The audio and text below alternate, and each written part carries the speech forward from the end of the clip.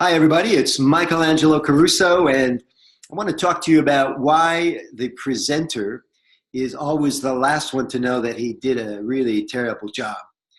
It doesn't matter what arena you're in, if you're a professional salesperson, if you're a commission salesperson, if you're a leader of some sort, you are usually the last to know that your presentation sucks. And the reason is because people are loath to tell you that you're not very good. It's not usually a pleasant interchange. I'm going to show you 3 ways during this short video how you can get in front of this and fix it right away. It's just human psychology that people want to tell you, give you encouragement and good news. And this happens often at the end of your presentations. If you want to get good news about how you did, just stand at the back of the room as people are exiting. People will smile at you as they walk past. They'll say, "Thank you very much." Some will say, "I really enjoyed your presentation." Some will point at you and say, "Good job, thank you." And a lot of them are fibbing. Especially watch out for the ones that say, "Good job," good job as they walk out, because they don't want to give you any more detail. If they had to give you more detail, it wouldn't be as pleasant. That's why they don't even break stride as they're walking past. "Good job." And they're moving on their way. They don't want to hang in there because they'd have to perjure themselves. They'd have to tell you, "You did a good job, but," but is a cancellation word, right? Cancels out everything in front of it. So I'm going to show you 3 ways that you can punch up your presentation. And the first way involves this concept of hanging in there after the presentation. As you're taking all those positive comments as they come by, you have to remember you're just getting a third of the good, the bad, and the ugly. Remember that Clint Eastwood movie, The Good, the Bad, and the Ugly? You're only getting the good from people on the way out most of the time.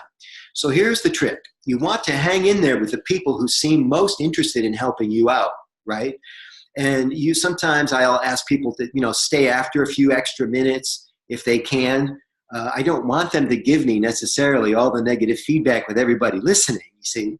So I'll say, "Hey, I'm really interested in your opinion on something. Can you hang out with me for just a minute?" You can say yes or no. It's fine. Sometimes I'll actually call people after the presentation, and I'll say, "Hey, listen, I really appreciate you attending. I really appreciate the positive feedback that you gave me. I love it. Thank you. But I'm also trying to become a better speaker, and I know I can only become better if I get the good, the bad, and the ugly. Can I ask you a couple questions about my presentation?" And almost all of them will say yes, of course. They still may be reluctant to tell you the bad and the ugly, but at least they'll hang in there with you, and I think you'll get a better quality and a better mix, a more balanced review of what actually happened.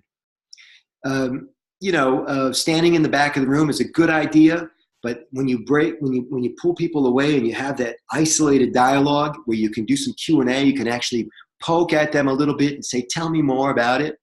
And here are the 5 steps for digging a little deeper. I call it using a bigger shovel, digging a little deeper with the people who are giving you this feedback.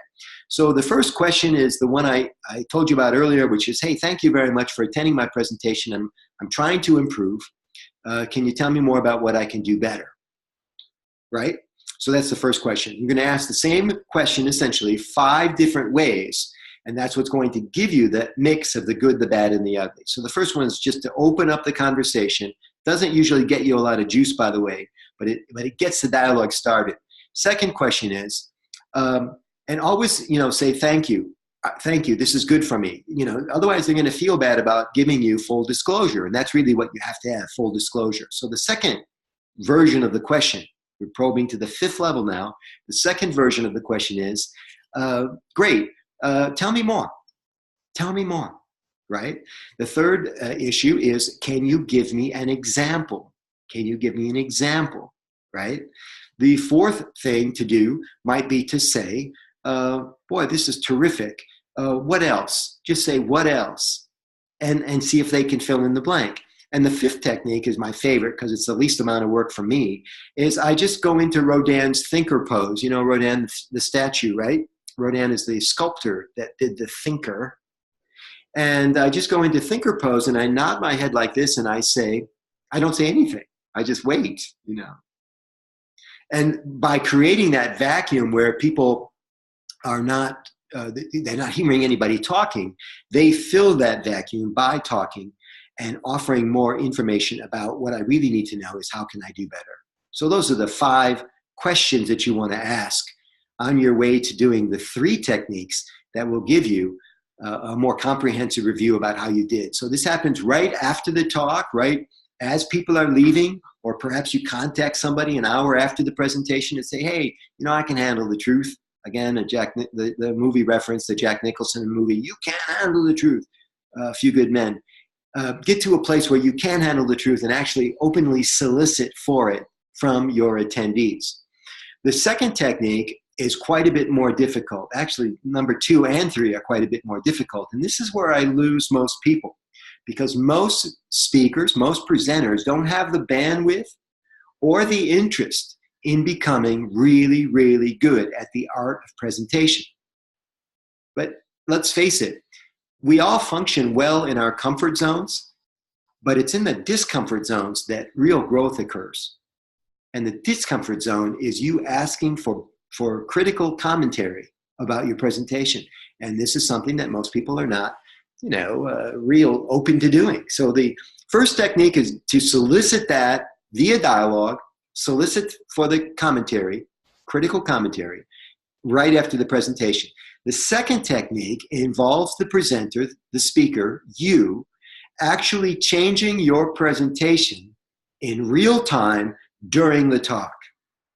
I mean, we're talking now about a lot of plates in the air, and now you start to understand a little bit more about why so few speakers actually take this extra step, because now you're risking a lot of things. Not only are you risking hearing, bad things about your presentation, but you're risking getting thrown off track during your presentation because you've got this mapped out, right? Hopefully.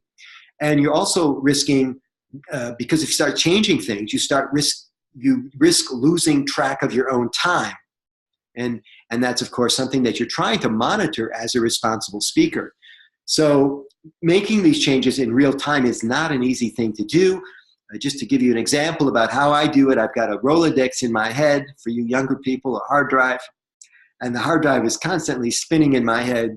And so if I realize that I've gone 7 minutes without any kind of laughter or levity in the room, a breaker switch goes off in my head, the hard drive starts to spin, and I come up with some sort of a relevant anecdote, joke, witticism, that puts a bit more energy into the room, right? And saves me from having that evaluation later that says, well, that little bit that you did about the something didn't quite have the punch or the hang time as the rest of your presentation. And I can avoid those low levels, or at least elevate them in real time by making that change. The average presenter cannot do that. The average presenter has trouble making these real-time adjustments in their talk. And the third technique for getting good feedback about your presentations in advance, so that you're not the last one to know that you sucked, that you had an epic fail, is it involves a very slippery and very complex skill set. 3 things that you need for this one. The first one is a body of experience. If you're relatively new to the speaking game, you don't have any data points. You're just trying everything. You're like a wild stallion out there just running wherever you go. You haven't had time to settle into what I call the routine groove rut, right? Because it's when you're in that rut that you're actually believing that your slower segments are serving you, and they've been in your presentation for a little while. Or perhaps you've become bored with your own presentation, and so these small little segments are becoming conspicuous by their presence, right? And you need to get rid of them. So first of all, a body of experience is very helpful. Secondly, you have to have a good instinct. Now, instinct comes from both the heart and the head, right? You just know that it's not working. And like I say, if you're already in a rut, you need to be told. But on your way to the rut, if you can decide for yourself that this isn't working, you can make the change in advance, right? And the third skill set that you have to have is the ability to tell the future. Again, you can see why so few people actually get to this stage, this evolved stage of self-help, which is why presentation coaching is a good idea. Someone will actually save you tons of time and energy and just tell you, what's not working. I'll give you an example. If you're the author of your own presentation, you have a number of slides in your PowerPoint, it doesn't matter how many data points you have, and it doesn't matter, your intuitive feeling, and it doesn't matter about your ability to tell the future, because the fact that you're in this rut and that all of your slides are your babies, it will trump all of your better instincts. You'll keep that slide in because it's a baby of yours. It's you created it. You understand? One of my favorite questions when I'm doing coaching for people who want to punch up their presentations, I'll say, we'll take a look at their slide presentation. I'm not a fan of slides. I think presentations are better if you're not using PowerPoint, but some people feel that they have to use it or their boss tells them to use it. Oh, okay, I'll coach you through that. But my question to you is, if you've got 10 slides, which is, let's be ridiculous, nobody ever has 10 slides. They have 20 or more, right? Because that's what we do. But if you only have 10 slides, let's keep the math easy. I'll tell you, as your coach, I want you to remove 10% of your slides. They'll say, well, which ones? Which ones? 10% of 10 is 1. Which slide should I take out? And I say, well, it's obvious. It's the weakest one. And then they'll want to know which one is the weakest. And they can't decide. Right away, they go into thinker pose. I don't know. I love all of them. I spent so much time on this one. They're all my babies. I don't want to give up any of my babies. It's what it is to them, metaphorically, right? And yet, if you ask your audience, if you show 10 slides to your audience, and you say, hey, I'm just doing a little survey, which slide is your least favorite? Not only don't they have to think about it, no thinker pose, but they will have remarkable consensus about which of your slides is the worst. You see what I'm saying? Strangers don't have trouble deciding which 10% of your slides are the weakest, but the author of the presentation, you, will have a hard time deciding. And that means you might even decide wrong. It's just human nature, just how our psychology works. And so the ability to be self-critical before your presentation begins, and I'm not talking about 10 minutes before your presentation begins. You don't make this decision in the room next door, which is where a lot of people are before their presentation. They're in the room next door prepping, or the night before when time is short. That just makes you crazy, slicing and dicing your slide at that late hour.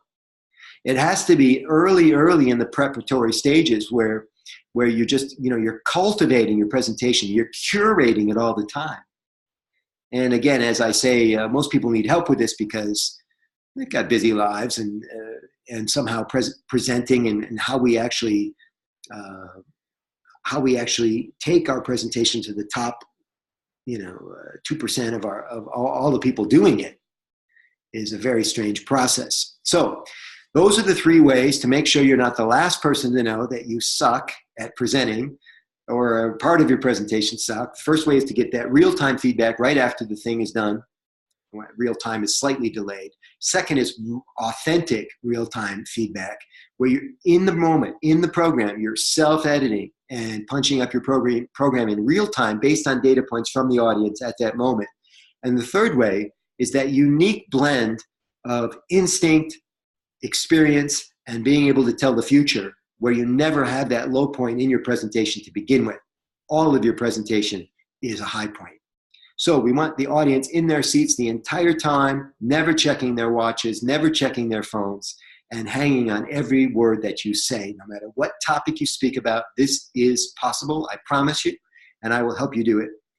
If you think you know somebody who needs this type of help, make sure that you go to the top of this YouTube page and copy paste that URL at the top. It's a unique URL, unique only to this video, and send the video to the person that needs the help so that they can see it, and then we can help them improve.